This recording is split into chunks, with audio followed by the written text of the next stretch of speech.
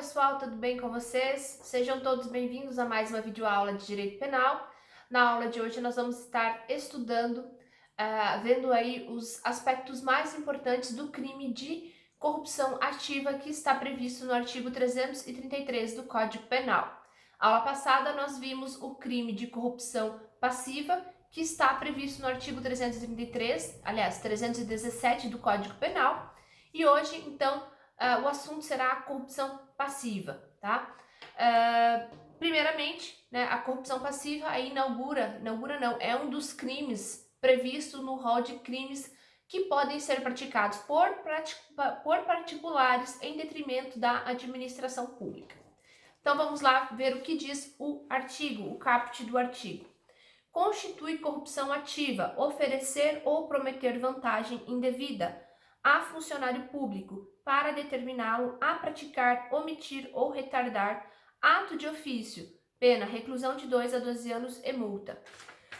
Pessoal, a primeira informação aqui importante, tá? Da mesma forma que o artigo 317, a corrupção passiva, trata-se aqui de uma exceção pluralista à teoria unitária. O Código Penal, ele adota aí a teoria unitária quanto ao concurso de agentes, mas nesse caso aqui, tanto o corruptor ativo quanto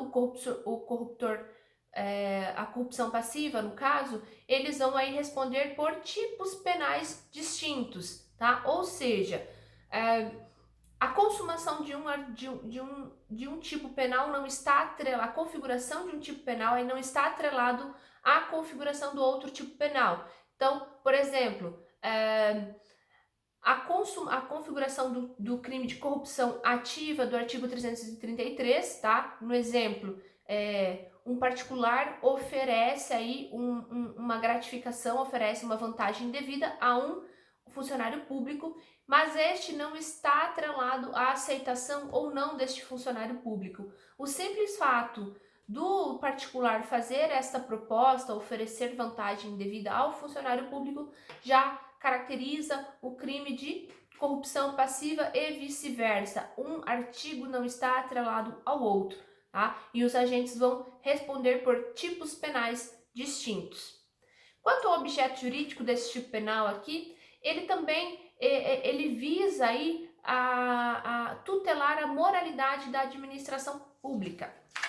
Quanto às ações nucleares, nós temos dois verbos do tipo penal que são oferecer ou prometer uma vantagem indevida para que este funcionário público, então, pratique, se omita ou então retarde um ato de ofício.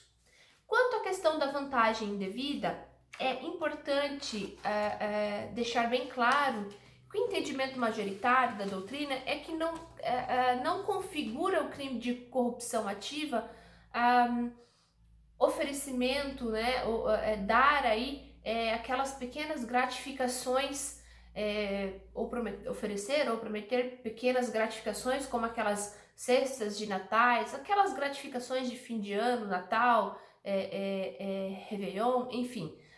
A doutrina entende que estes pequenos presentes não caracterizariam aí uma corrupção ativa.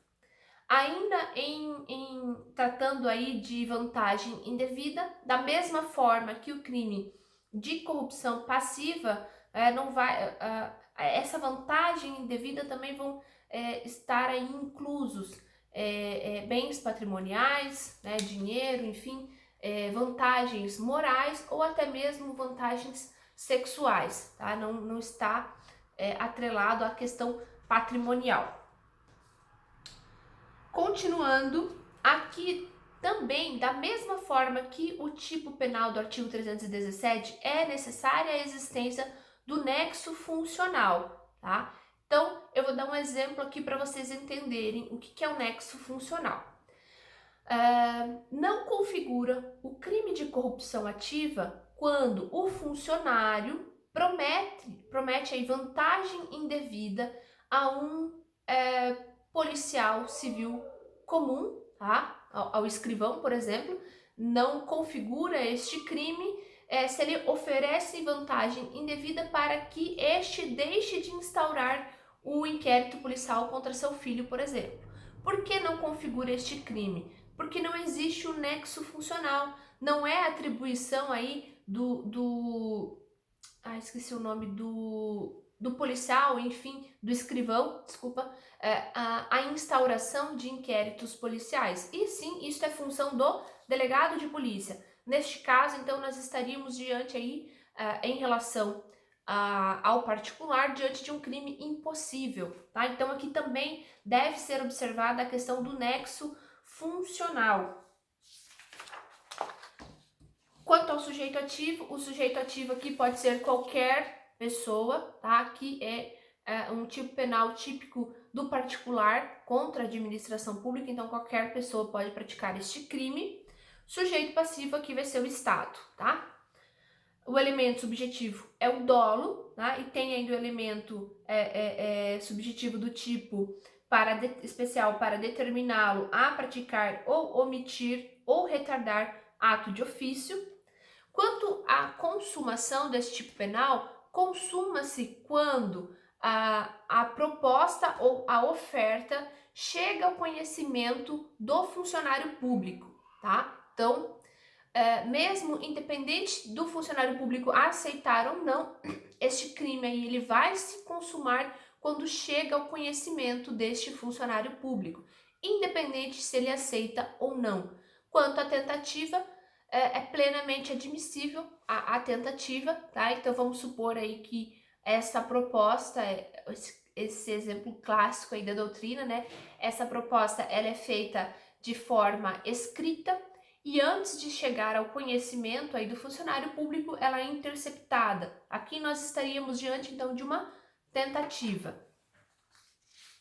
As formas, quanto às formas, nós temos aí uma causa de aumento no parágrafo único, tá? Que diz que a pena é aumentada de 1/3 se, em razão da vantagem ou promessa, o funcionário retarda ou omite ato de ofício ou pratica infringindo o dever funcional, tá? Para a consumação deste crime, o funcionário público ele não necessita praticar, né, estes atos aqui, omitir, ou então praticar, ou então